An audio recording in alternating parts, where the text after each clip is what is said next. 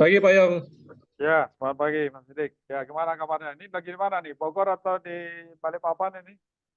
di Balikpapan Pak Yong, Ah, ready for tour of duty. mantap. Ya, Ya, kita ngobrol apa nih Pak Yong pagi ini? Bincang apa Pak Yong tentang ketiga hari ini Pak Yong? ya inilah Mas Sidik ya. Jadi kita prihatin lah ini kan. Jadi artinya banyak sudah peluang-peluang untuk meningkatkan kinerja dalam hal safety, tetapi kan mungkin banyak kawan-kawan yang profesional itu tidak tahu, lalu malah makin menyusahkan orang, gitu kan. Ini yang menarik nih. Jadi kadang itu di pertigaan itu di lampu merah gitu, atau di perempatan itu ada aturan nih, ya ada aturan kalau lampu berubah menjadi hijau, ya itu kita belum boleh langsung bergerak. Oh, itu aturan aturan dari mana tuh Pak Yong? Nah itu dia kan, itu tidak ada itu ya. Kalau kita yang terkenal kalau dalam defensive driving atau banyak perilaku yang mengemudi yang selamat ini itu kan itu namanya Smith System, ya kan. Nah, Smith System ini kan sejak tahun berapa? 57 ya, tahun 57 itu sudah dikembangkan di Amerika sampai sekarang tuh pakai terus itu, ya. Dan malah meluas ke seluruh dunia itu orang pakai prinsip mengemudi dengan Smith System.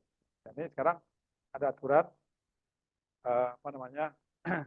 Kalau umpamanya lampu itu baru berubah jadi hijau, maka hitung dulu 1001, 1002, 1003 baru boleh bergerak. Kamu bilang kan? 3 detik dulu ya, gerak ya. Nah, ini Iya. kan dari mana itu aturannya? Nah, alasannya mungkin ya, mungkin ini. Alasannya biasanya kalau lampu sudah, walaupun di kita itu lampu sudah berubah jadi hijau, itu kendaraan dari arah yang lain masih jalan. Jadi kalau kita langsung jalan berbahaya gitu kan, kita tabrak. Nah, itu alasannya.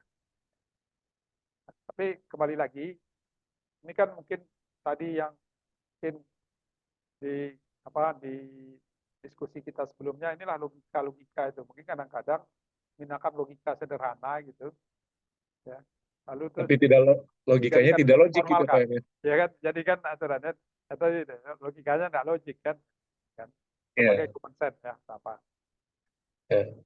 Coba eh, itu tadi Pak Yong sempat bicara tentang Smith System ya Pak Yong ya. Bisa sharing Pak Yong itu secara singkat Pak Yong.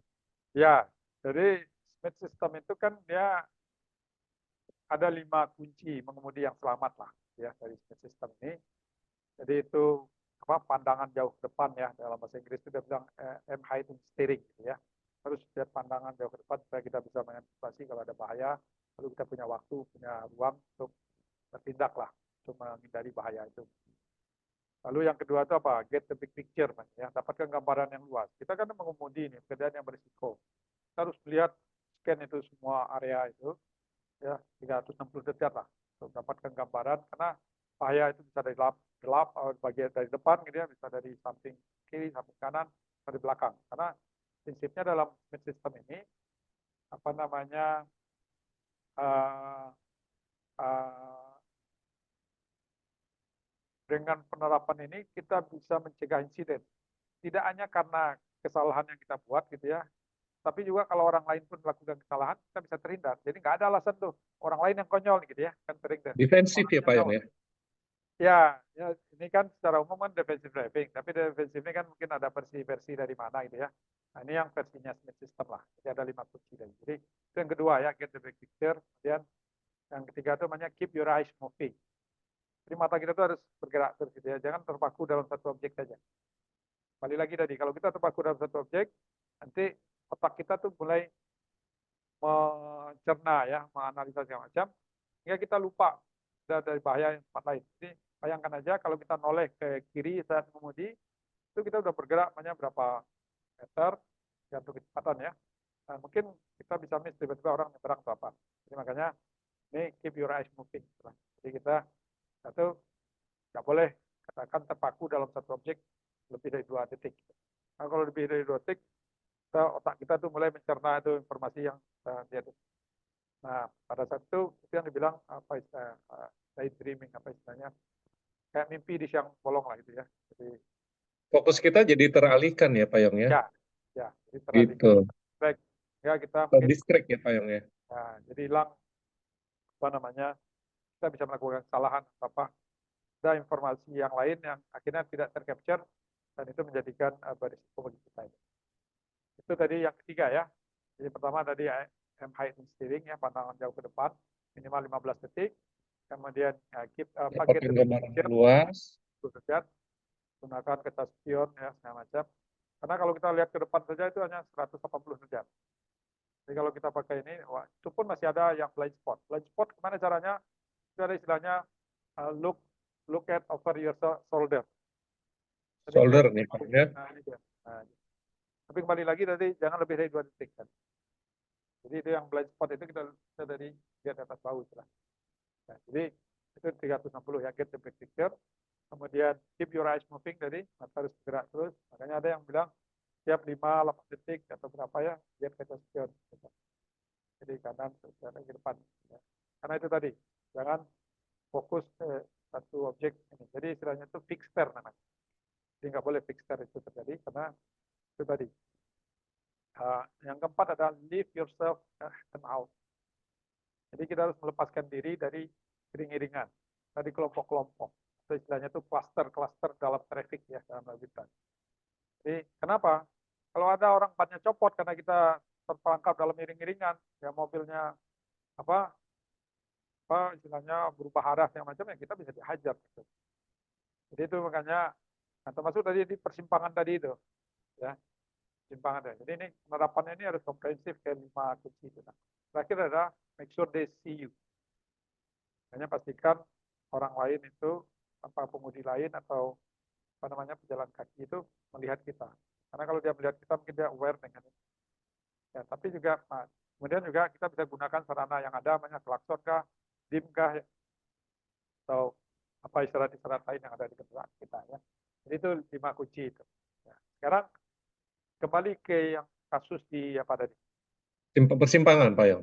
Iya, Ya, persimpangan ya. Jadi harusnya kalau di persimpangan ini penerapan speed system ini, kalau kita masih jauh dari persimpangan, kita lihat itu kan tadi aim height and steering, lihat ke depan jauh ke depan. Oh ini lampunya sekarang merah. Nah kita bisa prediksi pada saat kita sampai di sana di persimpangan itu bagaimana banyak lampunya berubah hijau. Jadi kita atur kecepatan kita. Atau ini sekarang hijau, bagaimana kalau pas kita lewat itu masih hijau. Begitu juga kalau banyak kuning, banyak pas kita lewat itu ya apa jangan sampai kita apa namanya pas nyebrangnya itu sudah merah itu. Ya, jadi kita itu gunanya tadi contohnya. Kemudian kalau kita di barisan paling depan, ini terkait dengan yang tadi itu yang aturan yang di mana-mana beredar sekarang itu nanti kita bahas ya. Jadi di depan kalau kita paling depan, begitu lampu berubah jadi hijau, ya langsung. langsung langsung jalan, tapi dengan catatan begini.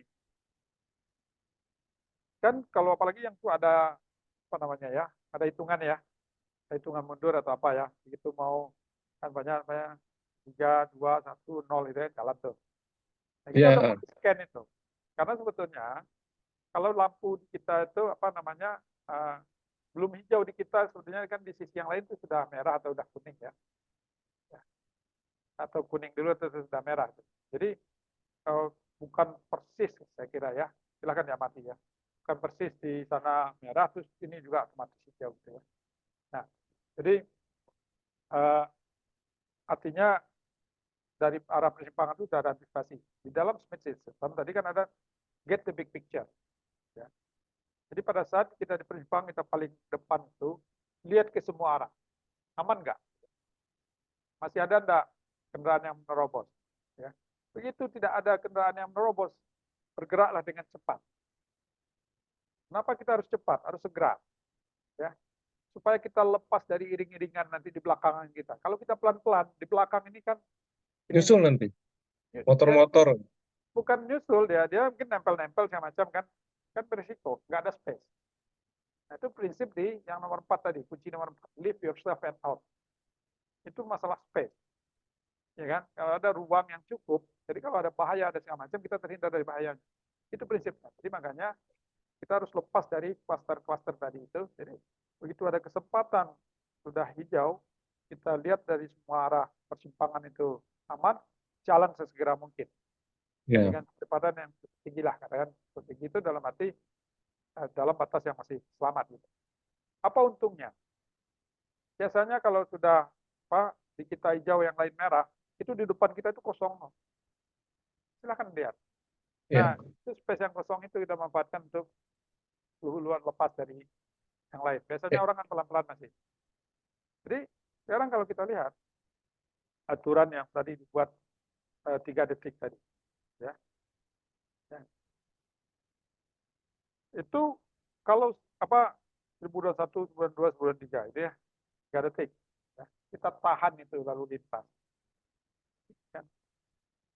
Prinsip mengemudi kembali lagi, prinsip-prinsip aturan keselamatan itu dibuat untuk apa? Ya, di samping untuk bisa selamat supaya lebih efektif, lebih cepat, ya kan? Terusnya. Bisa saya lihat tuh, orang ngerti smart system ini, dia nggak akan menjadi penghambat di dalam lalu lintas. Kadang-kadang Pak Yong bisa jadi mungkin ini mungkin loh Pak Yong ya, bukan karena mengikuti aturan tadi, tapi kadang-kadang saya lihat para pengendara itu di Ya, mobil sambil menunggu itu buka gadget Pak Yong, buka ya, handphone Pak Yong, lihat ya, handphone, sehingga dia kalau di baris depan udah hijau dia nggak jalan ya. gitu, Lalu di sehingga belakang. kita udah dekat padahalnya, tapi kita dapat lampu merah lagi. Itu yang tadi Pak Yong. Harusnya kita misalnya dapat 2 kali lampu merah, kita bisa dapat 3-4 kali lampu merah dengan kalau menerapkan tadi yang 1001 sebelum, bahkan yang tadi misalnya itu ya. Satu Pak Yong. Yang kedua Pak Yong, sebenarnya kalau ada timer itu sebenarnya sangat membantu Pak Yong, sehingga kita bisa ancang-ancang kan Pak Yong, siap-siap kan Pak Yong. Wah, ini lampu hijau tinggal 10 detik lagi nih, gitu ya, gitu. Sehingga kita sudah siap. Tapi memang kalau di baris atau di paling depan Pak Yong, hati-hati memang antisipasi di sisi jalan yang lain kalau masih ada pengendara yang mencuri. Itu Ya, Pak Yong. ya, Dia dia udah hijau mau ke merah, transisi kuning, merah pun dia masih masuk aja dia ya. gitu. Oke, ini Kadang-kadang menarik. seperti itu ya Pak Yong, saya melihat gitu Pak Yong. Oke, kita bahas Mas Sidik. Ya, nanti saya takut lupa. Ini coba kita lihat ya. Satu, kenapa orang masih nerobos? Bisa jadi, biasanya tuh pengemudi dari yang tadi sudah hijau itu dia masih belum jalan gitu. Kebayangkan. Apalagi dibuat aturan kayak begitu. Oh, Iya, dimanfaatkan lagi sama yang lain. Ini pasti dia hitung dulu nih 1, 2, 2, 3, ya kan? iya, Ya kan? Masih ada nih kesempatan lewat. Nah, nanti ternyata 1001, 1002, 1003 ini nggak cukup dong gitu. Tambah lagi 1001, 1025 gitu ya. Udah gitu begitu dia mulai jalan langsung berubah jadi merah. Ini kan konyol iya, dong. Konyol. iya. Jadi artinya begitu berubah jadi hijau itu harusnya kan jalan terus, Langsung tapi jalan. Ya, antisipasinya adalah sebelum bergerak tuh amati sekeliling. lihat get the big picture. Kalau ada tadi yang hitungan tadi itu sebenarnya untuk bagi kita juga melihat tuh Semarang. Ini juga Ya, dulu hijau terus baru melihat segala macam kan juga tertunda juga, ya kan? Nah, ya, terkait dengan tadi yang pakai gadget, entah apa atau dia nggak nyimak atau tidak perhatikan ini ini yang perlu kita ingat bahwa mengemudi itu adalah suatu pekerjaan yang penting, pekerjaan yang berisiko. Kita harus full time. Jadi jangan nyambi-nyambi. Ini full time job. Ya.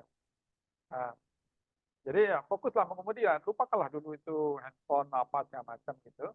Atau punya yang lain. Ini fokus tadi. Nah, yang perlu diingat lagi, ada yang ini yang menarik. Saya nemu artikel atau apa itu defensive driving atau pengemudi yang defensif itu apa? Coba, apa Pak Sidik ya? Ini menarik. Ya, dia bilang apa? Pengemudi yang defensif itu adalah pengemudi yang menghargai pengguna jalan lain. Bayangkan. Ini kalau orang lagi mengemudi, ya terus dia masih main gadget apa segala macam tuh, ya oke lah. Kita kalau nggak mikir dia bisa celaka atau apa, tapi ini nyusahin orang nih. betul. Kalau ada orang nyusahin orang, mengganggu orang di jalan raya, di jalan umum, ini orang menghargai orang lain nggak?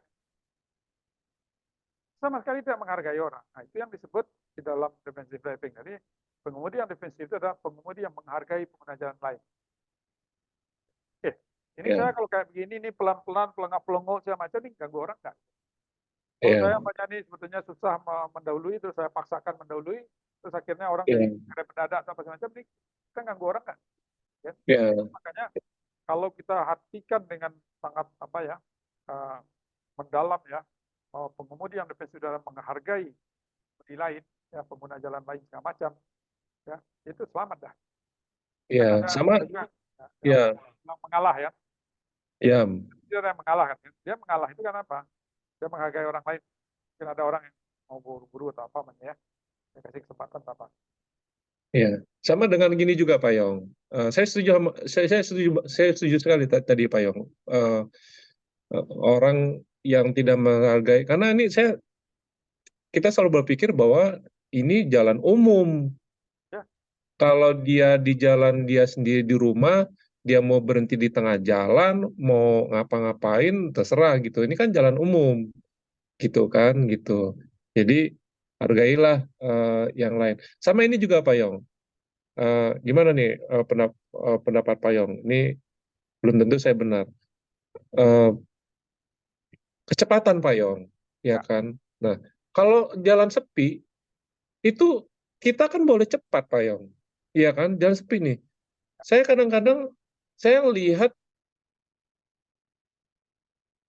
mobil di depan tuh jalannya lambat sekali, sementara di depannya kosong gitu. Nah, ini kan bisa menghambat kendaraan-kendaraan yang di belakang sehingga kadang-kadang kita ini Pak Yong, saya lupa namanya efek yang macet yang ya, saya ya. pernah itu di sebuah jalan highway itu kemacetan yang sebenarnya di depan tuh nggak ada apa-apa Pak Yong, karena orang tidak menyesuaikan kecepatan sehingga dia ngerem terus begitu dia berhenti sebentar itu efeknya tuh bisa panjang dan akhirnya bisa macet kiloan dan seperti itu Pak Yong gitu.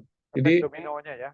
nah gitu Pak Yong. Jadi eh, saya kalau misalnya ya kecepatannya tentunya sesuai dengan ini ya masih masih dalam batas wajar ya Pak Yong. Tapi kalau di depannya kosong itu menurut saya ada kecepatan yang untuk memperlancar arus jalan gitu Pak Yong gitu.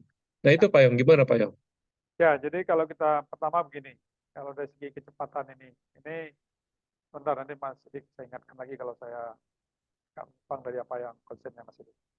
Jadi begini, pertama yang harus kita pahami bahwa bukan berarti kalau kita mengemudi secara defensif itu harus pelan. Ini keliru. Ya, keliru. Jadi apa namanya? Terus juga yang mungkin juga orang bilang kalau kita lihat di jalan tol ini bagus, ini bagus. Itu spanduk-spanduk jalan tol itu ya penyebab kecelakaan itu ya itu adalah ngantuk ya, dan pecah ban katanya. Jadi jarang kita melihat bahwa penyebab apa hampir tidak ada lah. Saya lihat tuh spanduk-spanduknya ini dan apa ya jasa marga atau apa namanya. Jadi itu tidak ada yang bilang banyak penyebab kecelakaan itu adalah karena kecepatan tinggi. Jadi kecepatan tinggi itu dia sebetulnya adalah menjadi apa ya severity-nya ya tingkat keparahan kalau dia Harapannya insiden tingkat keparahannya memang tinggi. Jadi ya kecepatan banyak 110 km per jam banyak itu peluang fatality-nya banyak kalau terjadi ya kecelakaan ya mungkin 2 kali kecepatan 90 km. ya. Itu Dan sebetulnya statistiknya ya dan statistiknya memang bicara seperti itu Pak Yong. Keparahan itu sesuai dengan ya, kecepatannya. Ya. tapi bukan kecepatan itu yang membuat yang penyebab Kecelakaan kecelakaan. itu betul Tapi bukan kan penyebabnya misalnya gitu. dia lagi kecepatan tinggi terus bannya pecah. Ya kan dia kecepatan tinggi terus dia lagi ngantuk badan nggak fit atau apa semacam tadi dia atau dia terdistract gitu kan. Jadi itu yang menyebabkan kecelakaan yang itu ya. Jadi kecepatannya itu hanya jadi uh, makanya kembali lagi ya makanya ada juga ya ada istilah di dalam kalau kita melakukan investigasi terhadap kecelakaan itu kita bilang too fast for condition terlalu cepat untuk kondisi jalannya itu apa itu Oh ya ya ya nah ya. jadi dia Ya bukan overspeeding dibilang ya overspeeding itu adalah kalau speed limitnya 100 dia 120 itu overspeeding namanya. ya Tapi di jalan itu sebetulnya boleh kecepatan 100 tapi kondisi tertentu ada lama entah apa segala macam dia nggak bisa lagi banyak 100 mungkin 80 aja sudah tidak aman. Sehingga kalau dia kecelakaan dengan kecepatan 80, kita nggak bilang itu overspeeding yang berkontribusi, tapi sebetulnya terlalu cepat untuk kondisi. Ya, Di kondisi yang lain ya, atau cuaca namanya kan. Cuaca kan kayak di tol itu banyak katakan sekarang kan dibilang saat hujan turunkan kecepatan jadi 70 kan. Ada yang bilang 60. Karena memang walaupun boleh 100, 60 kita atau 80 itu berisiko kalau hujan deras apa macam. Pandangan terbatas, tapi get the big picture tadi banyak 15 titik ke depan itu kan kalau kecepatan 100, 15 detik itu berapa meter itu, lebih 200 meter mungkin ya. Kita ya, memandang ya, ke depan. Kan kalau ya, hujan deras segala macam terus kabut apa kan visibility terbatas. Jadi nggak mungkin lagi tuh kecepatan gitu, ya kan? Nah, jadi itu tadi. Jadi kecepatan. Nah, kembali ke permasalahan tadi. Ya, jadi banyak faktornya. Ya. Orang pelan-pelan ini. Sebetulnya dia tuh perlu jalan atau enggak? Ya. Dia perlu jalan atau enggak? Nah, kalau dia banyak, makanya ada di dalam namanya istilah journey management. Journey management itu yang pertama yang kita tanyakan adalah, ini trip ini benar-benar diperlukan atau enggak? Ya kan? Kalau diperlukan, adalah alternatif lain nggak selain menggunakan transportasi darat? Ya kan? Yang lebih aman lah kan? Karena kalau kita lihat dari lalu lintas kan, transportasi darat kan yang termasuk yang paling berisiko dibandingkan yang lain. Kan? Modal transportasi yang lain. Kan? Ada nggak alternatif lain? Kan? Bisa nggak digabung dengan tripnya dengan yang lain apa? Kan? Itu kan kalau dalam journey management. Nah, jadi dengan begitu apa? Betul-betul kita melakukan perjalanan itu karena diperlukan saja. Nah, ini kalau orang dia melakukan perjalanan terus pelan-pelan apa ya macam, ini bisa jadi dia nggak perlu itu trip itu. Ya kan? Akhirnya apa? Mengganggu orang gitu. Satu. Nah, yang kedua sebetulnya juga begini. Apa namanya? Mungkin kondisi kendaraannya nggak layak. Kalau dia ikutin banyak sesuai dengan speed limit atau apa segala macam, maka mungkin berisiko dia juga nggak berani atau apa gitu ya. Akhirnya dia pelan. Jadi sebetulnya tuh ya, kalau mobilnya nggak layak gitu semacam ya masuk lagi ke tol semacam ya jangan ke tol lah ya. Kemudian ada juga tuh nggak punya ilmunya itu tadi. Ya. Dan kita di Indonesia ini ada itu yang mengajarkan. Saya nggak tahu kalau kita ngambil SIM di tes nggak tuh. Kalau Anda masuk tol gitu ya, apa yang kita harus lakukan dari entry apa entrance tol apa itu. Itu kan ada lamnya ya untuk masuk tuh mungkin jaraknya cukup jauh tuh, berapa ratus meter. Itu tahu nggak gunanya apa? Untuk mengejas kecepatan kita, supaya kalau kita pas masuk ke dalam jalan tolnya itu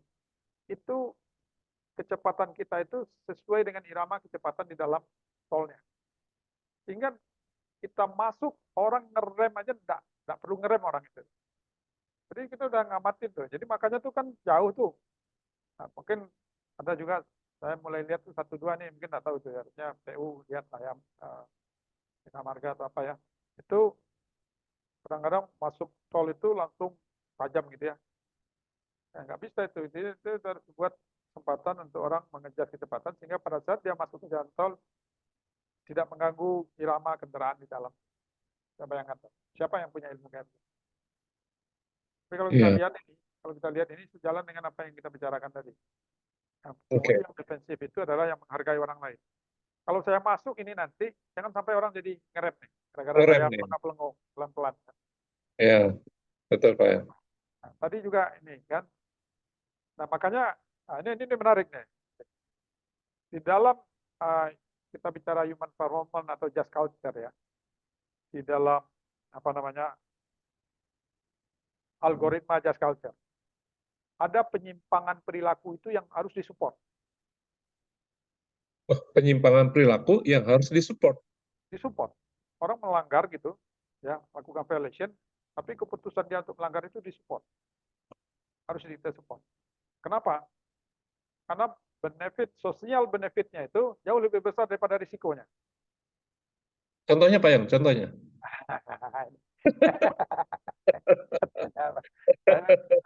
Ya, jadi kalau kayak kita dalam tol ya, ada truk nih jalan pelan, bahkan dia 40 gitu kan. Ini harus yang dibenahin lah oleh pemerintah kita ini. Kecepatannya 40. Ada truk nih yang kecepatannya katakan 50. Yang 50 ini mau mendahuluin lagi. Dan dia mendahului kecepatannya apa kendaraan dengan kecepatan 40 dengan kecepatan 50. Silakan disimulasikan itu. Berapa lama dia itu sampai bisa di depan truk yang 40 ini. Ya kan? Ya. Lalu kita harus nunggu itu. Kita tadinya dikatakan di kecepatan 100 lah. Kalau speed limit itu 100, kita harus turun ke kecepatan mungkin kurang dari 60 gitu kan. Ngekor di belakang truk itu. Ya kan?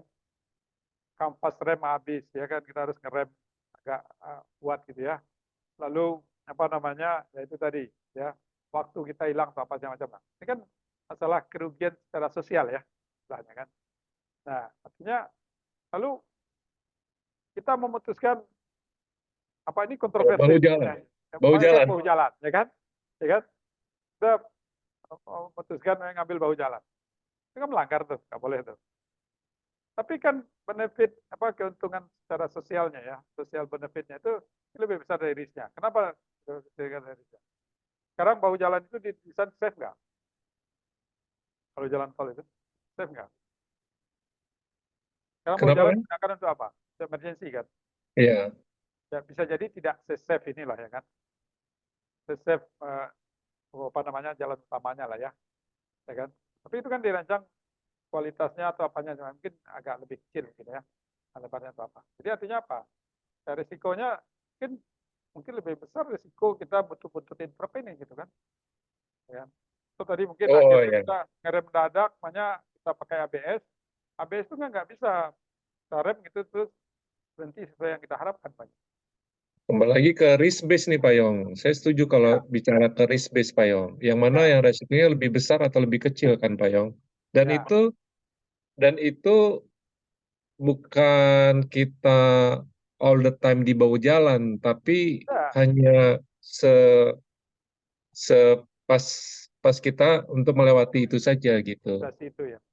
Ya, Ini, oke ini, Pak ini, Yong. ya, ini mohon maaf, ini kita sedang bukan campaign terus boleh mau jalan enggak gitu ya. Ini menganalogikan saja kan Pak Yong ya Ya, gitu. ya, ini prinsip apa tadi dalam ilmu Pendekatannya kita. risk base itu tadi ya gitu Pak Yong ya. Dan ini Pendekatan risk tentunya base. juga tidak konsumsi untuk orang awam dalam hal safety juga. Ya, oke.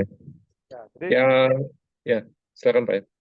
jadi itu yang kembali lagi kan. Jadi banyak hal ini yang jadi kalau nggak mau orang apa eh, ini mau bau jalan ya benahin itu truk-truk yang pelan-pelan itu mungkin. Ya, Ya. Atau tadi ya, ya kita mungkin harus lihat juga get the big picture tadi yang hiding steering itu ya mungkin kita dari jauh tuh udah lihat tuh. Artinya ini mulai ada truk ini kayaknya dia mau kanan nih. Ya, mungkin kita diam dulu gunakan apa namanya uh, make sure they see you, ya kan? Dan dia lihat kita diam atau apa. Atau namanya kalau kita mungkin ada pedulikan kita ya dari jauh kita mulai ngerem lah. Gitu. Ya, tapi ya, akhirnya ya mungkin kita rugi waktu, rugi yang lain-lain segala macam. Ya, karena dengan smart system itu tidak hanya kecelakaan saja yang bisa kita cegah, tapi hemat bahan bakar, hemat biaya maintenance kendaraan. Bahkan itu ada yang mengklaim bisa menghemat bahan bakar 40%, bisa menghemat apa namanya biaya perawatan kendaraan juga sampai 30% lebih dan sebagainya. Itu untungnya. ya, Nah, kembali lagi kalau kita lihat dari safety, safety itu menguntungkan, memudahkan.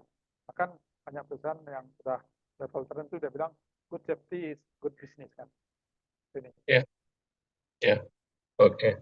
Yang terakhir ya Pak Yong, yang terakhir. Eh, Ini tadi masih yang saya coba persimpangan jalan tadi atau gimana?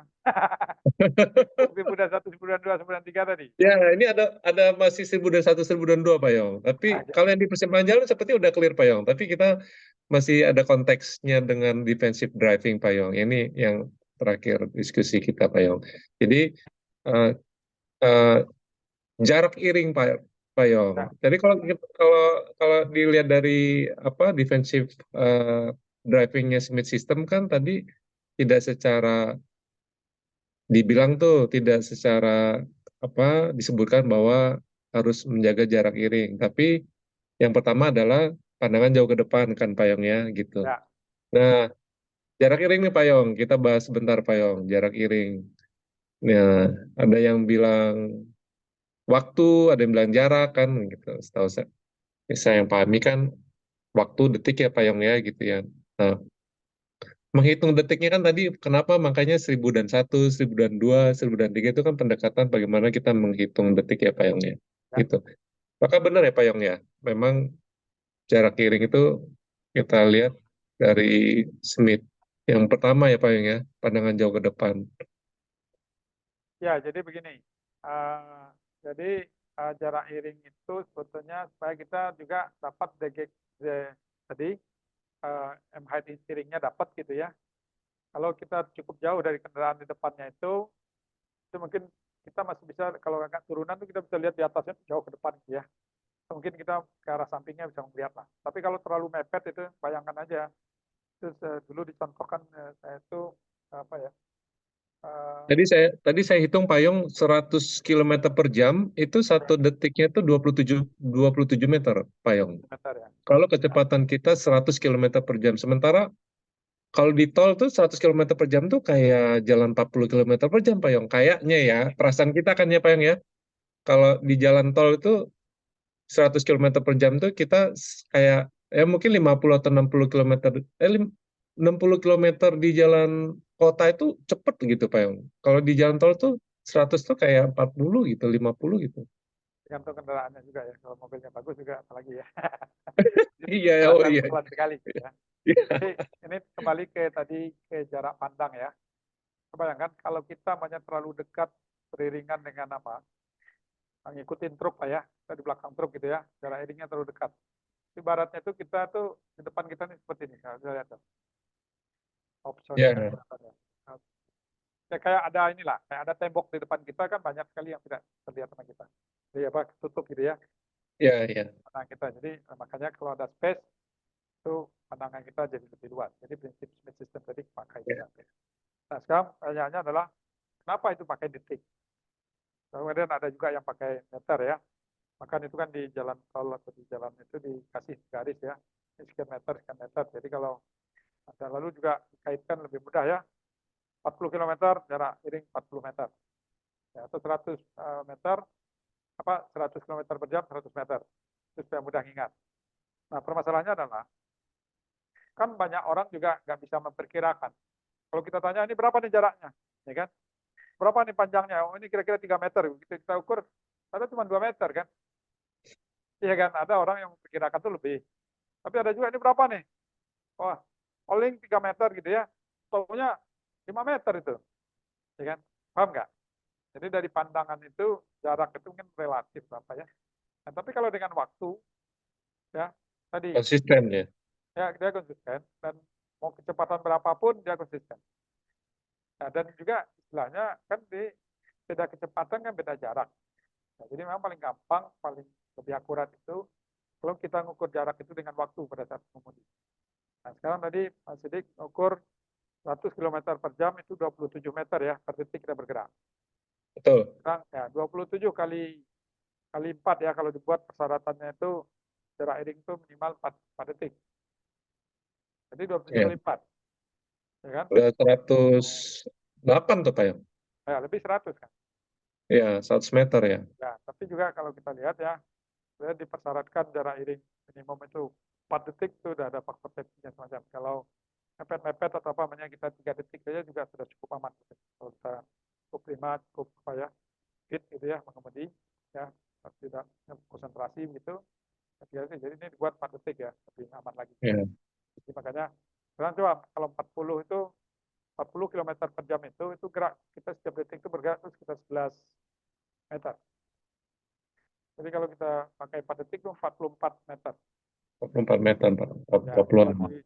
kalau dipersyaratkan 40 kan sudah dekat ya, lebih dari 3 detik juga. Saya kemarin pulang dari Bandung, Pak Yong, kecepatan normal ya, sekitar 100, 110. Ditempel sama bis, Pak Yong. Ya, Itu bis itu mungkin jaraknya kayak, saya ngeliat tuh di spion, mungkin kayak 3, 4, 3 sampai 5 meter itu. ya, ya, tapi bisa jadi itu cukup jauh. Ya lebih dari itu ya. Ya, Karena tadi mungkin kaca spion itu kan juga didesain dia tuh menarik objeknya ya. Jadi ya. kepentingan inilah keselamatan ya. Tapi saya ini, Pak Yong, Yang dilakukan saya, apa? saya rem, Pak Yong. Hah? Saya saya pelan-pelan saya rem. Oh, kan saya depan kan saya karena saya jaga jarak iring kan. Saya kan ngambil sebelah kanan jaga jarak kiri sebelah kanan di depan ada mobil ya saya ngikutin aja udah stabil gitu kan Payung ya di kanan. Nah, dia mungkin nyuruh saya minggir. Saya pikir saya ngapain minggir karena saya juga jaga jarak dari mobil depan kan, gitu kan. Daripada saya minggir ke kiri, gitu kan. Ya, Ya, terus saya ngerem sedikit. Nah, terus saya lepas. Nah, mungkin dia bingung dia. Nih ngapain nih mobil ngerem nih nggak ada apa-apa kan? Dia klaksonin lah saya kan, gitu. Saya diem aja. Akhirnya dia cari jalan sendiri Pak Yo. ya. Jadi memang itu teknik salah satu teknik di dalam smith system. Kalau kita dibuntuti di belakang dengan jarak cukup dekat, maka tadi kalau jarak iring normal itu adalah 4 detik, ya, dan kendaraan di depan kita, maka kita harus menambah jarak iring. Kenapa? Kalau ada apa-apa dengan kendaraan di depan, kita itu kan harus menghindari ini, jangan sampai kita tertabrak dari belakang, dan juga kalau kita tertabrak, nanti kita juga bisa, kalau kita terlalu dekat dengan kendaraan depan, kita juga akhirnya menabrak kendaraan di depan kita. Kalau kita bicara siapa yang salah ya, kalau secara umum lah ya, kalau dalam safety kan kita tidak bisa siapa yang salah ya, apa yang dilakukan Rugi kita tapi. melangkahnya kan. Ya, Nah, jadi siapa yang salah? Kita ditabrak oleh kendaraan di belakang kita pada saat kendaraan di depan ini uh, mengurangi kecepatan itu dalam mendadak, dan mengurangi kecepatan, kita ditabrak dari belakang, maka yang salah yang nabrak kita.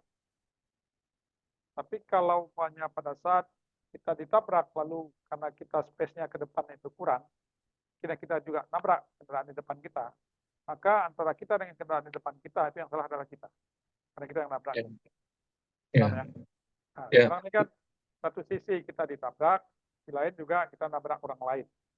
Dan yang kerugian kita bisa kita tuntut ke belakang lah katanya, yang nabrak kita. Tapi kerugian orang di depan kita yang kita tabrak, itu kan ini dia akan nuntut ke kita harus ganti-ganti.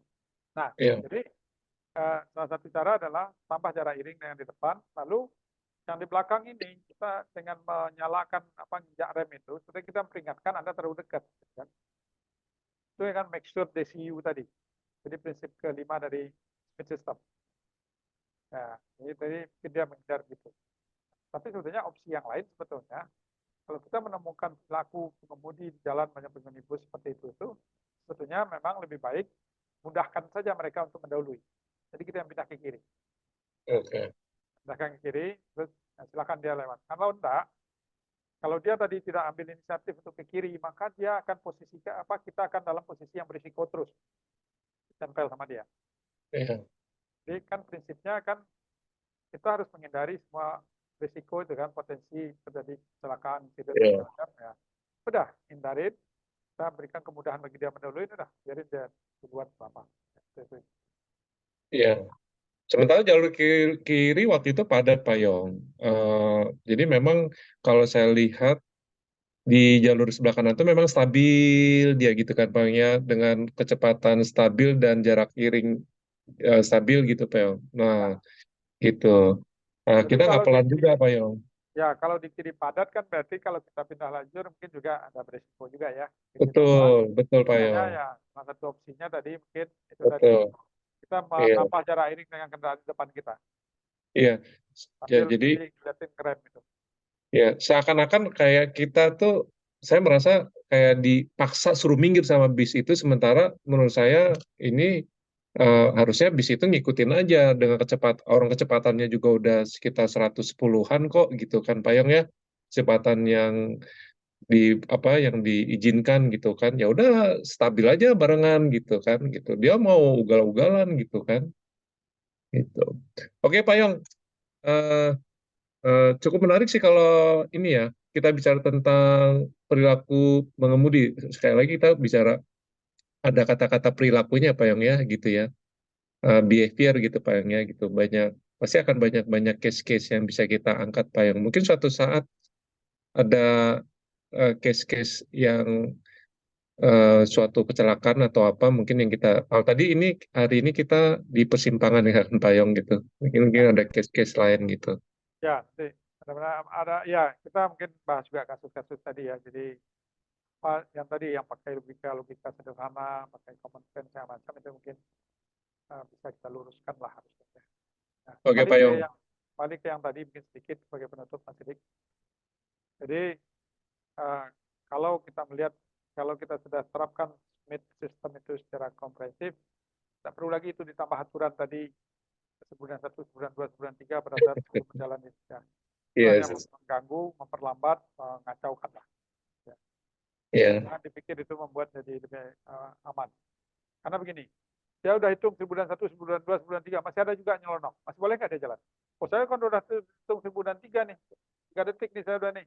Ya hak saya nih sekarang jalan gitu kan. Masih ada yang Tetap nyelonong. nggak bisa kalau ada orang Nggak nyelonong. bisa. Jadi ngapain Iya, bikin aturan itu gitu loh. iya, Nah, jadi iya, mudah-mudahan ini dipahami oleh para praktisi IHSE. Nah, iya, mudah-mudahan juga ya nanti seolah dari kesempatan yang berikutnya topik yang iya. lain lagi kita yang juga mirip-mirip ini ya. Kita bahas. Jadi bincang kita sekarang ini mudah-mudahan membenarkan persepsi atau pemahaman para pengendara nih yang mendengarnya, bincang kita ini ya Pak Yong ya, yang memahami bahwa kalau di persimpangan jalan tuh harus tadi menghitung tadi gitu ya. Nah, ini kita sudah clearkan gitu ya Pak Yong ya, gitu. Baik Pak Yong, Dan kalau gitu safety itu next time mudah, kita sambil ngopi Pak Yong next time ya, bincang-bincangnya ya, ya, safety itu mudah dan memudahkan. dan memudahkan. Baik Pak Yong, makasih Pak Sama Yong atas alatnya sharingnya yang hari mudah. ini. Terima kasih. Ya, terima kasih Mas Edi.